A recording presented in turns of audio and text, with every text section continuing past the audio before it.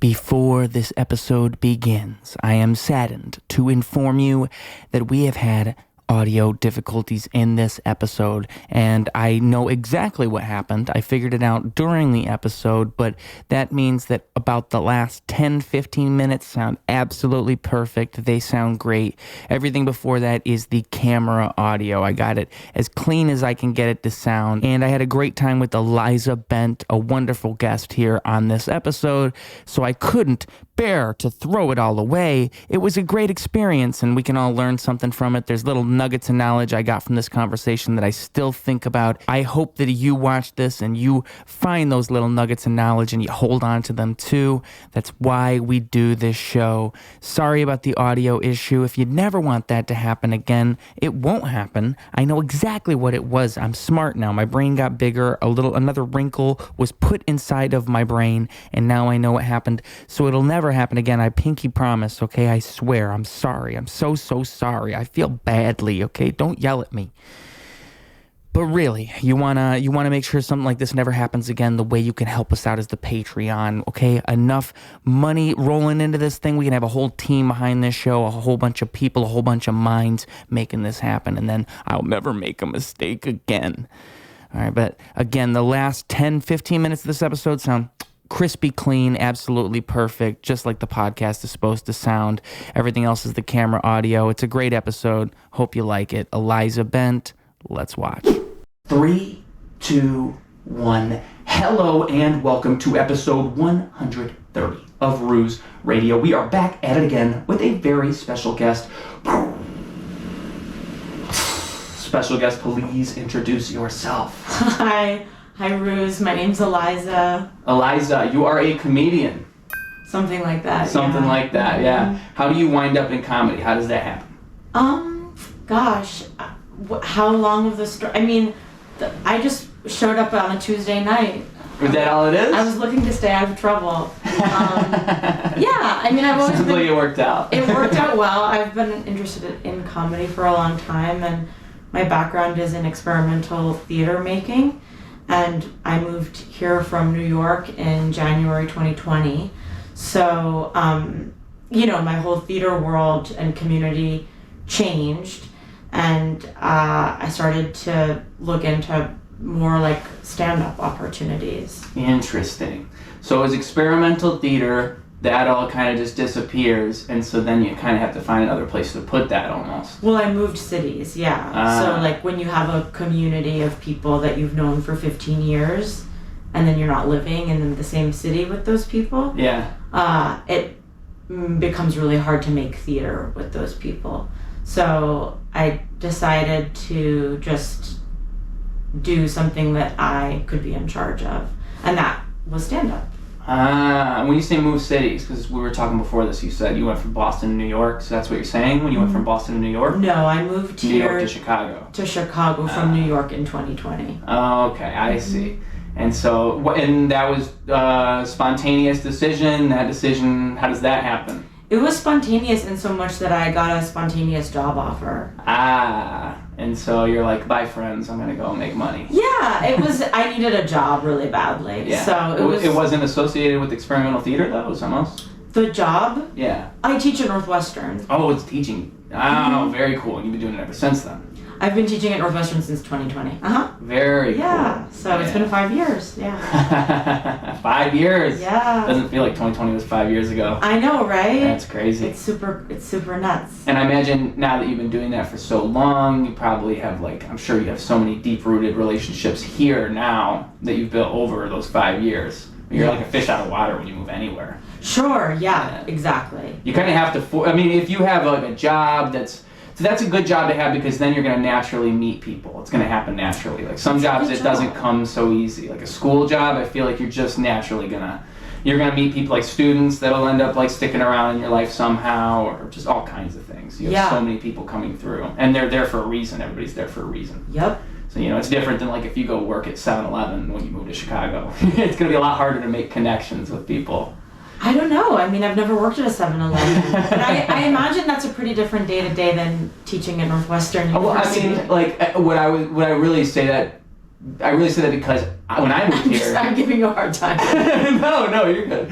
When I moved here, I worked at Giordano's. That's where I've worked ever since. And even that, like, you don't really meet people. Like, you'll have customers and you say hi to them, but you don't really, like, get to know them. So, like... What about your coworkers? Sure. But I mean, even then, like, I've never been the type of guy that, like, you know, all my coworkers just now always become my best friends. Like, you have kind of, like, I like meeting people who do things like this, where, like, through doing a podcast, I meet people who are creatives and they do comedy or they do music. Like, that keeps me motivated. Those are the people I gotta surround myself with. Sure. And that's my problem, is I wasn't doing that for a while after I moved here. So that's what made the moving weird for me. That's what it was for me. In the sort of just Giordano's. Yeah, just the pizza circle. Getting into, like, the rhythm of living here. You weren't doing music yet. Because I never went to the open mics. That's literally what changed it all. Is when, like, you kind of like what you said, when I decided to go out on a Tuesday night. Yeah. That's literally all it was. So how did you determine the Glenwood? Because it was all arts, literally that. And it's funny because when I first saw it, I was like, oh, it's a gay open mic. That's what it said on the thing. I think it said it was like a gay open mic. Not like I have anything against that, but I was just thinking like, oh, are they gonna get what I'm doing? Like, I don't know, is that the place for me? And then I go there and it's like not at all what I thought. Just, folks, don't make your mind up. Just go to these things. You have no idea what you're walking into. You weren't sure if you were gay enough for the gay open mic. Can I tell you how I found out about it? Go ahead. So I sort of inadvertently fell in touch with a coven.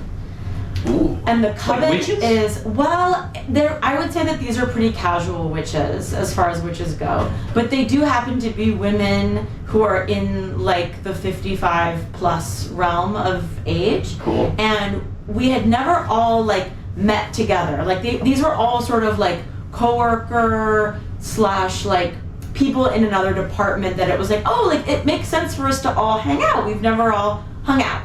Because we were all doing sort of like similar things that touch each other, but we'd never like had like a proper sit down. So like a couple of people knew each other one-on-one, but we'd never all 5 of us like been there as a group. And we were going to go to Rogers Park Social, one of the finest libations spots in all of Rogers Park, but they were closed. They were having employee issues or something. Somebody was sick, whatever. So we were like, oh man, we can't get a drink there. So then we went to Le Piano, which I'm sure you know has Chicago's longest running post-COVID piano bar duo, which is this. Do you know these people? I've never really gotten to know them. I've seen them a million times. Yeah, I mean they cut a figure, but so we didn't know what we were stepping into. I didn't know that it was going to be a coven, but like basically that night we stayed at Le Piano, we ordered food, we ordered drinks, and it was just so much fun. And by the end of the evening we were all joking that we were a coven. Also part of the fun is like, because these women are, in their 50s, we talked a lot about menopause. I am not in my 50s, but I was like, oh my god, I don't know anything about this topic. And they were like, get ready. We're a coven, like we're here to tell you about menopause. Anyway, at the end of that evening, they would know, right? Like they're going through it. And so at the end of the night, we left Le Piano and I walked by the Glenwood and I was like, what is going on in there? And I could tell it was an open mic. I had started to go to some open mics, like pretty far afield from where I was living in Evanston at the time. And I was like, well, this is a lot closer to me geographically, so I gotta come back here. And I didn't even know it was a gay open mic. Me neither. I mean, you really wouldn't know. I don't even know why I even said that, because you would never know if they didn't tell you. Well, I mean, it's a pretty queer-friendly space. It's friendly, but I'm saying like they don't really advertise it as that. Like when you walk in there, you're not seeing like it's not like it's like sparkles all over the place. So it doesn't have to be sparkles to be gay. But yeah, I think like how you like maybe pink. Like how I wonder what you do to really brand it that way. Rainbows, throw rainbows all over the place. But you don't see any of that, so you wouldn't even know. It's not like people are going up there and doing like gay sets. It's not like you're hearing gay poetry. Like, you know what I mean? It's not like themed in that, so you would never think. It's just kind of styled as a regular open mic. Maybe it was more like that before. Maybe it changed when it went over to Naboo a little bit. Because I only started going after Naboo, so maybe you would know. Well, yeah, I can tell you more about the history of the Glenwood Open Mic. Oh, that's a fun thing for this is true deep history on Blues Radio. I'm no historian, but I know like Anthony Aguinaldo, he was who started it. Yeah. And he is, I think his training is in the ministry, or he has a Master's of Divinity, but he was very keen to have like a community event. And he is a queer person and a person of color. And so I think that his kind of personhood helped it be like pretty queer friendly from what I can piece together.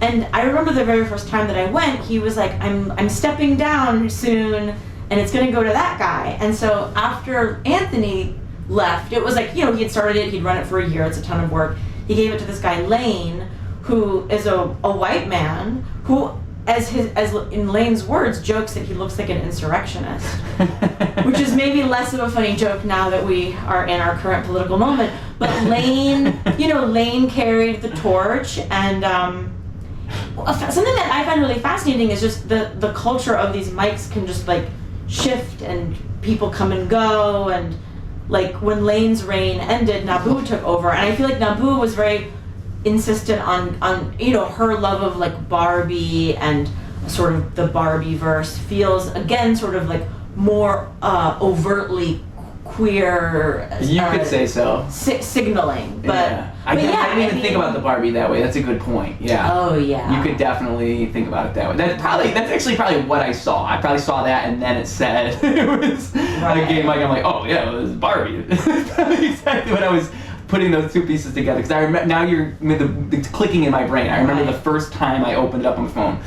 But yeah, I think it was James Najjar when I went the first time. Do you remember like vividly the first time you went? Because James Najjar was the host. Do you remember who the host was when you went? It definitely wasn't James Najjar. It was, I don't remember who the host was. Actually no, I do remember who the host was. A delightful woman named Rebecca. Ah, there you go.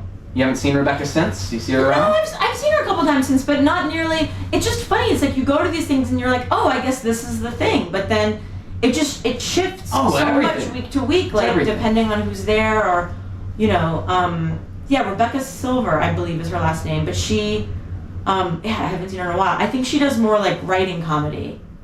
But it's, I have such a small data pool because I used to go to a ton, and now I really just go to the Glenwood on Tuesdays. But you used to go to more?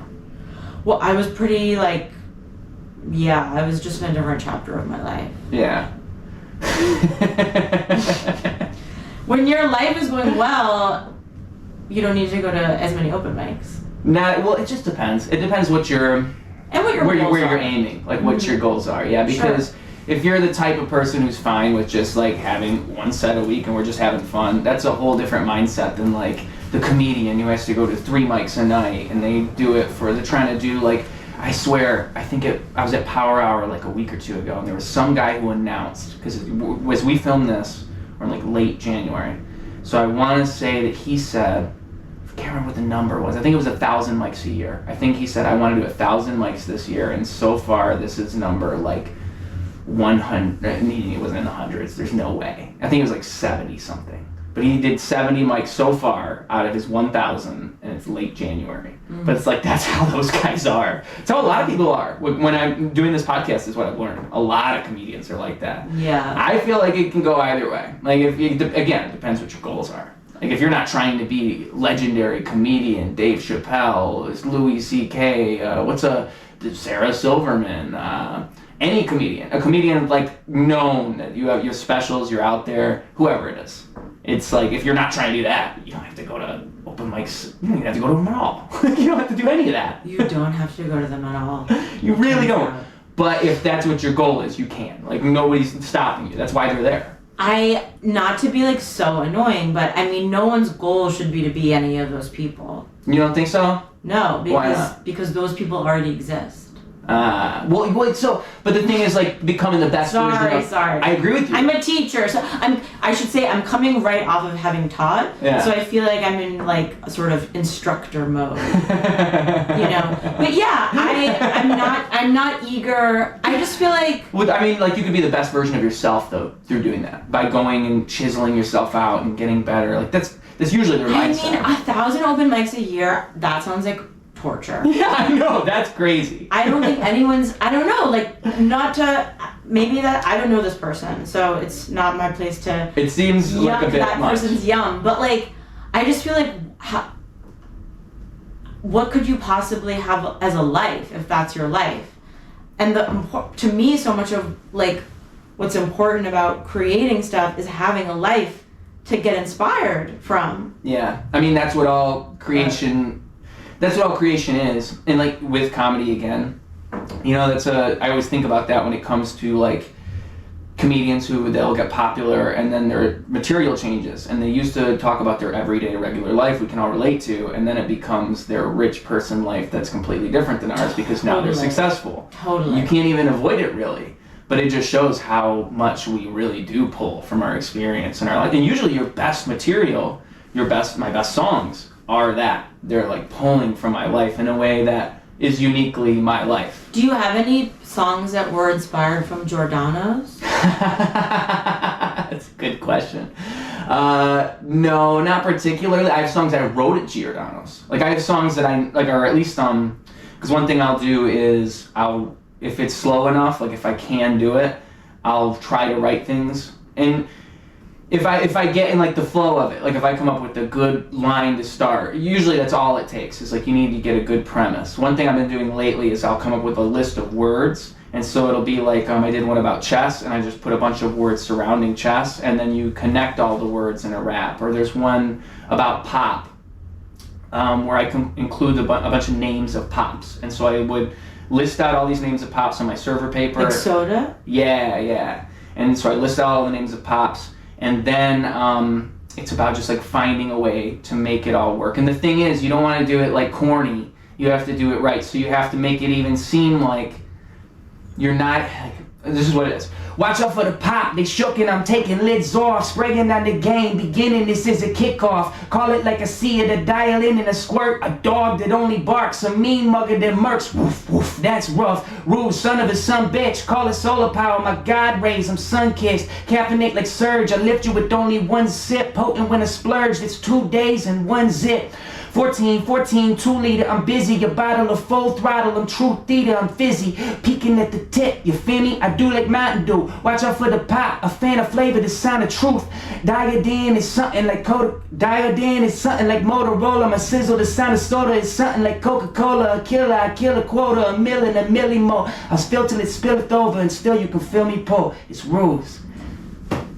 Thank you. Yes! But now you can see what I'm saying. Yeah. Amazed. You have to like justify all the words. You know what's so crazy? It's like I've seen you perform obviously several times at the Glenwood, but I feel like due to like some of like the sonic challenges of that space, I've really never like heard your flow. That's great. Yeah. I really like the quota moment. A killer quota. Yeah.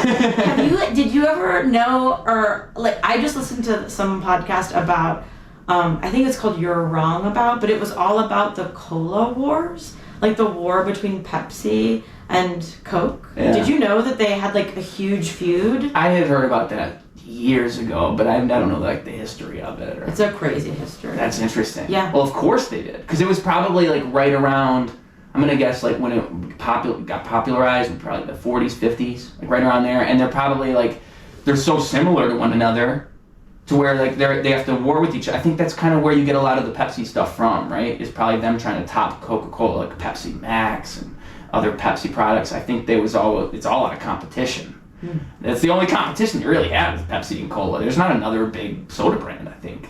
Never. I think there was a third one. But it's not as big as the other two.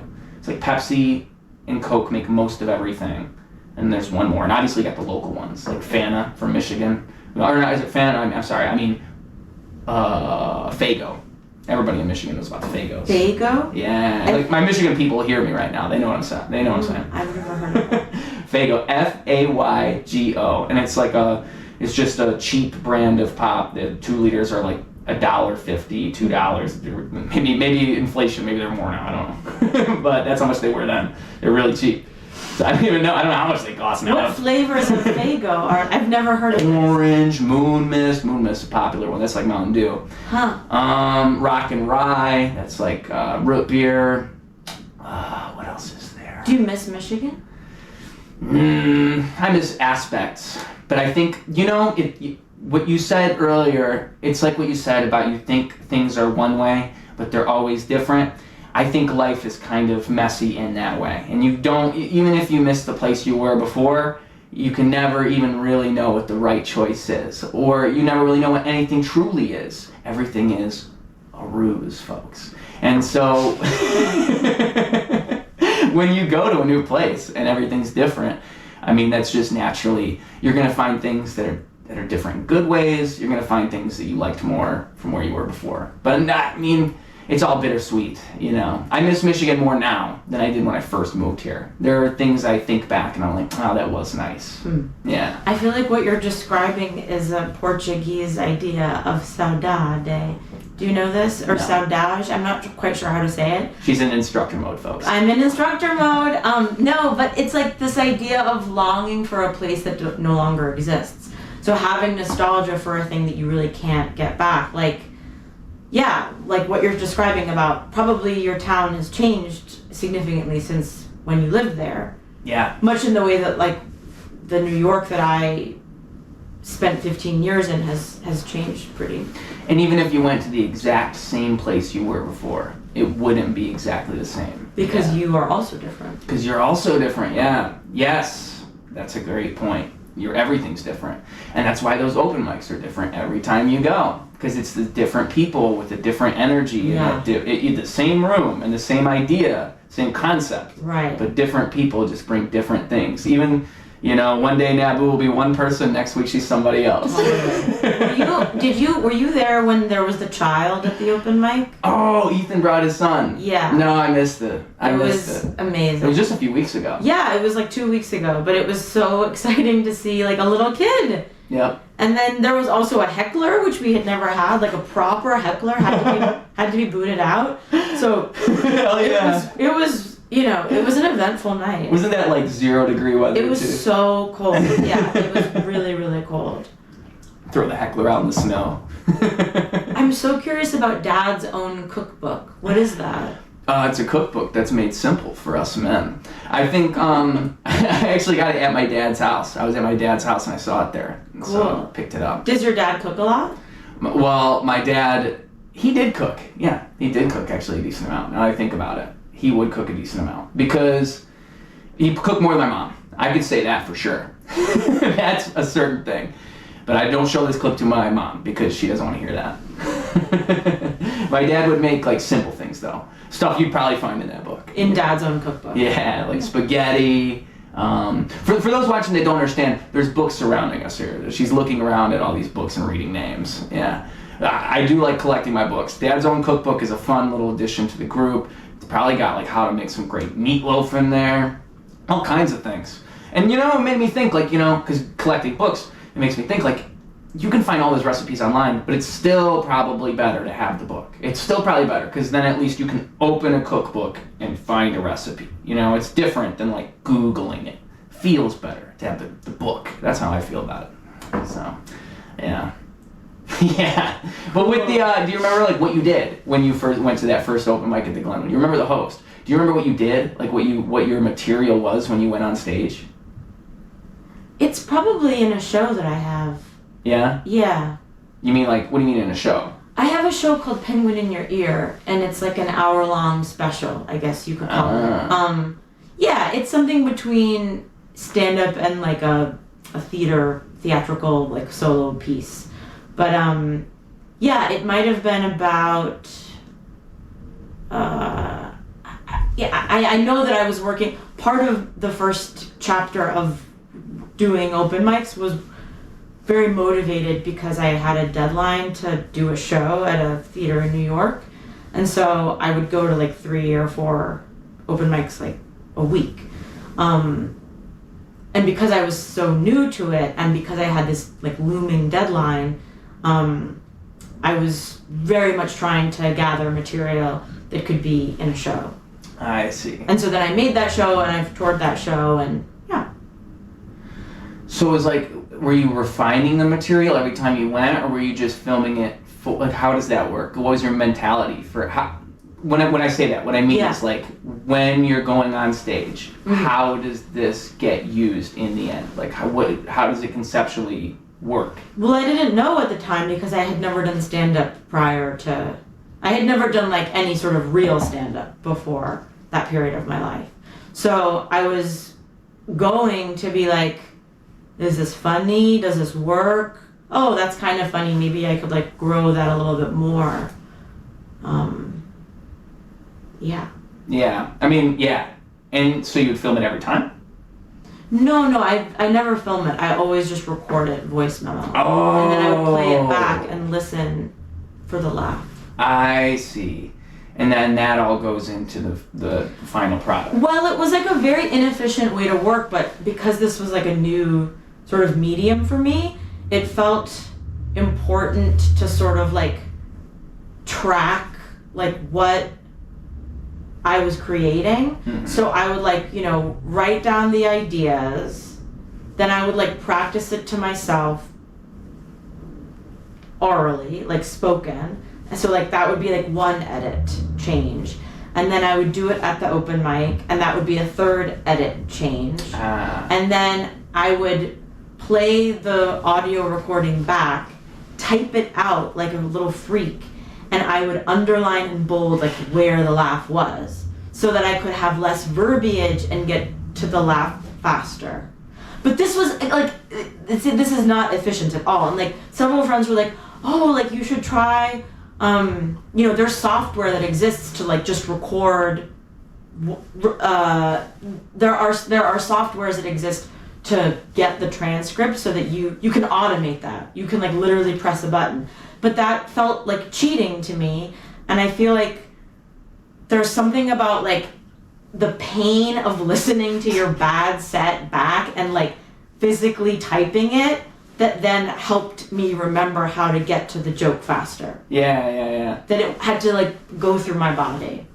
Yeah. So, I mean, just the act of like actually underlining those parts and like seeing it, and then also you have to, it's all you're doing. It's all you're doing. It's not like you're doing 5 other things at once, or you're context switching all the time. You're just doing that. You're just focusing on that. That yeah, probably I'm helps not a lot. multitasker. I multitask on accident. You know, it's not good. Like I'll be like, I'm thinking about 3 different things. Again, I told you when you first saw me today, I somehow managed to have everything to do within the last 5 minutes. It's beautiful. It's beautiful. You know, that's... No, I'm the same. I run late typically. Yeah, it's built into my blood somehow. Yeah. I heard in, where the heck is it? There's some country. Brazil. In Brazil, it's like in their culture, it's totally cool for you to be late to everything. Like that's how they think there. Oh, get here at 4. What they actually mean is get here between 4 and 5. It's like, oh my God, I wish we were like that here. Oh my God. I mean, sure, that would produce issues. There's a book I read when I first started actually reading, and it was on culture. And it was talking about how one of the things with just time and culture in general is some culture's concept of time is completely different than yours. You can't even understand it. And it's the same thing, I think it's with Native Americans. There's certain Native American tribes who had a crazy sense of time. Like, you know, you put them in a room for an hour and you ask them how long it was, and they'll think it was like days, just because of the way they think about time. Like, it's crazy. So yeah, sometimes I think us Americans are a little we stress ourselves out with that stuff, dude. We could chill out a little bit, you know? We could chill out a tiny bit. Like if I'm 15 minutes late to work, be nice to me. That's all I'm saying. That's what I'm gonna run on when I run for office. I'm gonna say, can we just be late to work again, please? Can we just be okay with being late to work? If I'm mayor, you guys can be 20 minutes late to work. Everybody's gonna like that. Because we all want to be late. But if everyone's 20 minutes late, then everyone's on time, really. If it's agreed upon. I mean, this is actually a very interesting debate. Like, you're actually a late person. Yes. Yeah. I think of myself as a late person, but I'm not really a late person. Oh, I'm late. Yeah, no, I know. Like, based on today, I'm like, you are a late person. Totally. No. No, and I say that not in like a, you know, that's just a neutral observation. Yeah. But it's interesting because, like, sometimes like chronic lateness is like actually about control. You know, like people will be late to control a situation to sort of like wield power. Yeah. And again, like I was 1 minute late to teach today, and I felt horrible. Do you know what I mean? Yeah. Because like it's weird, like in certain contexts, like if it's like a loose hang, like I have a friend that I often want to walk with, and I'll be like, I'll leave soon. And soon can mean anything between like 10 minutes and half an hour, and I'll just text when I get over, and then like we'll go on our walk or whatever. That's not like super time-based. Whereas like a class or an appointment are much more time-based. Yeah, and that's where I fall short. You know, that's where I gotta like put my mind in military mode. Like, we are getting there at 3. We are getting. That's why even mics. It's hard for me with these freaking open mics because it's like I don't want to wait till the end of the night to freaking perform. So that means I can't be getting there late. And that type of thing, like it's the same thing as it's almost like the class in that sense. You kind of do have to get there early. Like Red Room over there, oh my God. They told me it used to be worse. But like Red Room, the sign up starts at 7:30. People will tell you, I get there at 6:30. I'm like, what? 6:30? It's very inefficient. Yeah, I have a life. Open mic culture. Yeah. That's what I appreciate also about Glenwood, that you can sign up in advance. Oh yeah, I mean a couple places I've noticed they'll say, what do they call it, reserves? They'll say we have reserves. A lot of places I've noticed do that. With that, they should do that, yeah. Because even for like Instagram, like even for social media interaction, actually now I think about it, it's a good idea because people are gonna message you, they're gonna interact with you, like they'll see it and they'll want to check next week, like all that. Yeah. That's smart. Yeah. I didn't even know Glenwood did that. They do. You can sign up in advance. I didn't know they did that. So if I message Nabu right now, because today's Tuesday. Yeah, it's on the Instagram page. Oh. Yeah, it's like submission or something. I don't know. But okay. Yeah. How has your stage stuff changed then over all that time that you've been going on stage at the Glenwood? Like if you've been doing it for this long, how has it changed and evolved? Well, by this long, it's been like 2 years. Like still though, that's yeah. No, totally. Like I would say in 2023, I was very motivated. Like I had this deadline, I had this show. Oh my God, I'm doing a show. I've never done anything quite like this before. Like, how am I going to develop it? What am I going to even talk about? So I was very like, just, are you all right? Oh yeah, continue. I'm just clicking something. Yeah, just I would like go a lot in service of creating the show. I made the show toward the end of 2023. And then in 2024, I was like, really feeling myself because I'd made this whole like hour-long thing. But now it's done. So exactly. So I was like, it's done. How can I think about stand-up as something that I do, like, that I like weave into my life as opposed to make my life being stand-up? And so that was sort of the shift, I think, of like, I didn't intentionally start only going to the Glenwood once a week. It just became that the Glenwood was like the easiest one to go to. Right. And I also sort of liked thinking about it more as like going to the gym to just like exercise some muscles. Like I haven't been working on a new show. It's more like about just feeling comfortable, and frankly, like the community aspect of it has been really nice.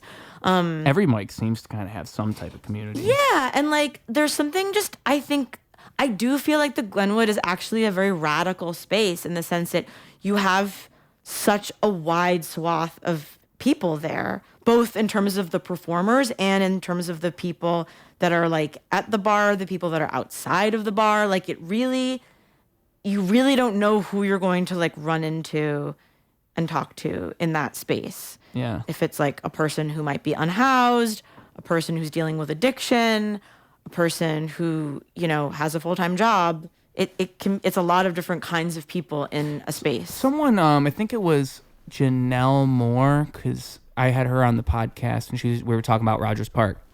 And she was saying how just even Rogers Park itself is that way. Yeah. Like there's a wide net of people in this neighborhood because of the way it is. It's kind of geared towards families, but it's also geared toward, like, there's so many apartments all over the place. Right. But you also have houses right next to those apartments. Mm-hmm. So because of that, you get both. It's a very mixed occupancy style neighborhood in that way. Yeah. And that type of diversity probably does bring a certain universality to a microphone, to a mic, Well, like even something like Shubas. Yeah. Have you ever? That's a much more comedy specific mic, but that's like a young white crowd. Oh, like really? it's very like it feels more homogenous. It feels like it's like a comedian's open mic, which is awesome. Like I have nothing against homogeneity, you know, but like it's like these are college educated white liberal people that are all in this room doing their comedy. For, broadly speaking, it's not entirely white, you know what I mean? But like, and it's pretty heterosexual too. Whereas like the Glenwood really is a genuine mix of people, right? Like you've got ages, you've got different ethnicities, you have different gender expressions. It's like positively non-homogenous. Yeah. It's a true hodgepodge. And I really like that. I mean, you know, I feel like I'm a pretty like conventional person in a lot of ways, but I really like being in spaces with people that are different from me. Or even thinking about the Red Room too. Like the Red Room in some ways is also like a real mixture of people. Yeah. In that like weird little space. Yeah, and a tight space. It's a tight space too. And like, it's so interesting how like, so part of what I really love about the Glenwood specifically is the architecture of that room is working against you in every possible way. It's not contained. It's ranging. You have people playing pool in the background. You actually can't succeed. Truly. There's no winning. There's no winning there. But no. I really do. I've thought a lot about this. In the no winning possibility, actually, what it creates is a complete sense of freedom, and it actually relieves, I think, this performer. I'm pointing to myself for those listening, but like it relieves. You actually can't bomb there. You can't bomb if you also can't succeed, and I think that's actually that's the power of the Glenwood Open Mic. That is so wise. That is the wisest way you could have possibly interpreted that. Ruse. You're right. You're so right. Like if you can't lose, or if you can't win, right, you can't lose. Right. Oh. Yeah.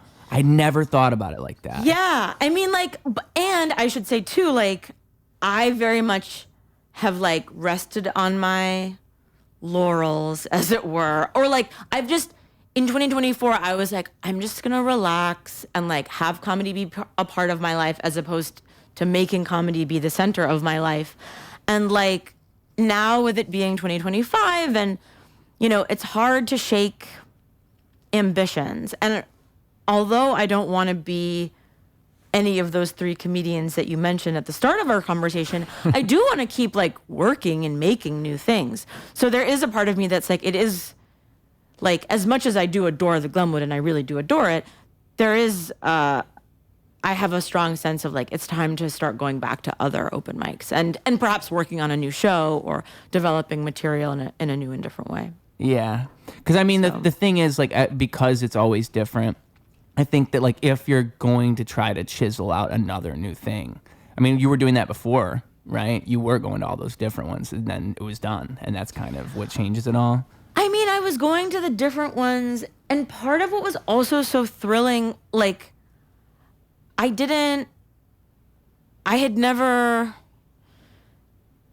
done comedy in that kind of a way. Like I had sort of hidden a little bit in doing experimental theater in New York for the 15 years that I lived in New York. Yeah. And so then seeing it just laid bare, not knowing who any of these people were, rolling up to the Red Room and being like, I don't know who any of these people are. And there was also something amazing about not owing anything to any of those people. I could do my thing and then just zip on out of there because nobody knew who I was. Like in a weird way, now that I know the people at the Glenwood, it's like I want to stay for the whole time. I feel more accountable to them, and like, you know, that's like such a sort of like, I don't really know how to think about that, but it's like I was so lonely, I wanted community, I now have community. Community is inconvenient and annoying sometimes, and it's like you don't want kids. You don't want kids. I'll tell you now. You think you do, you don't.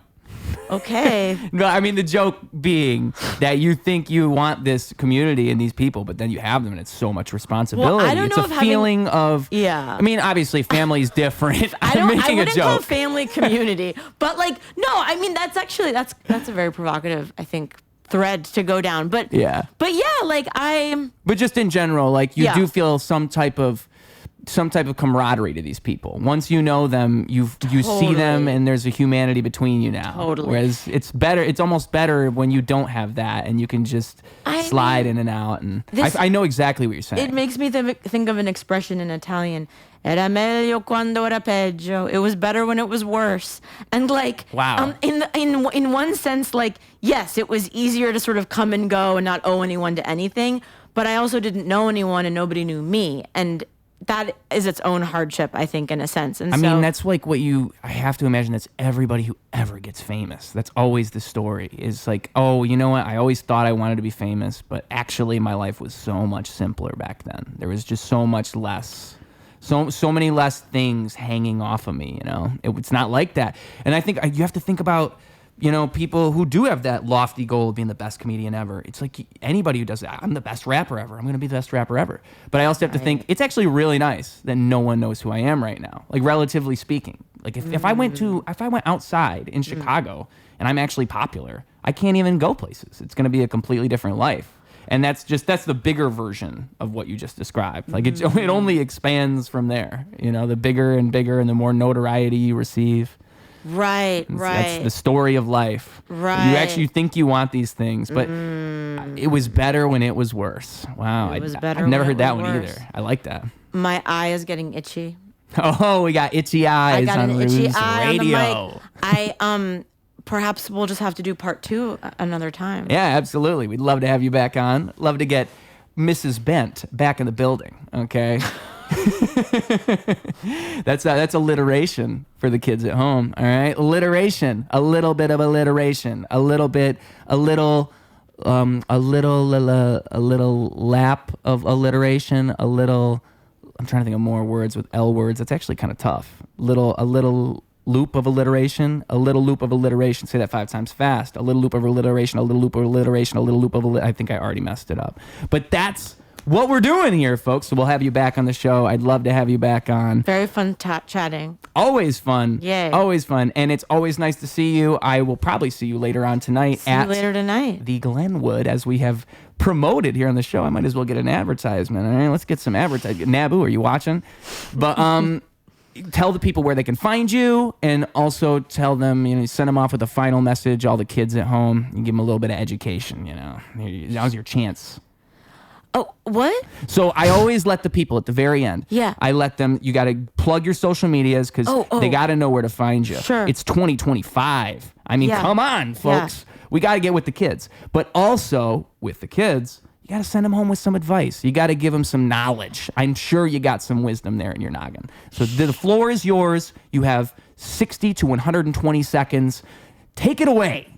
My Instagram is getbentobox. You can find me on Instagram. And I have 2 upcoming shows. One is called Fun Little Thing. It's going to be at Lynx Hall on February 19.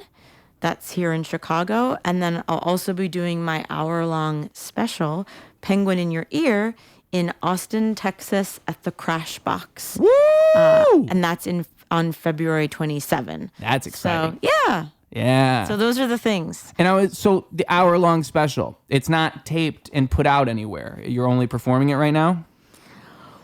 We're wrapping up, Ruse. We're wrapping up. You got to answer that question for me. No.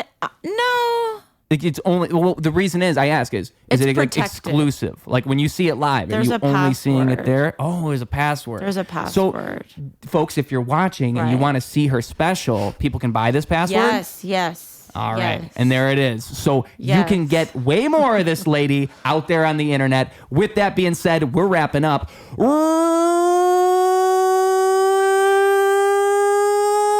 Rules Radio. Clocking out. Been too long, I don't think I could face it. In the corner with my mask on. no good to waste it.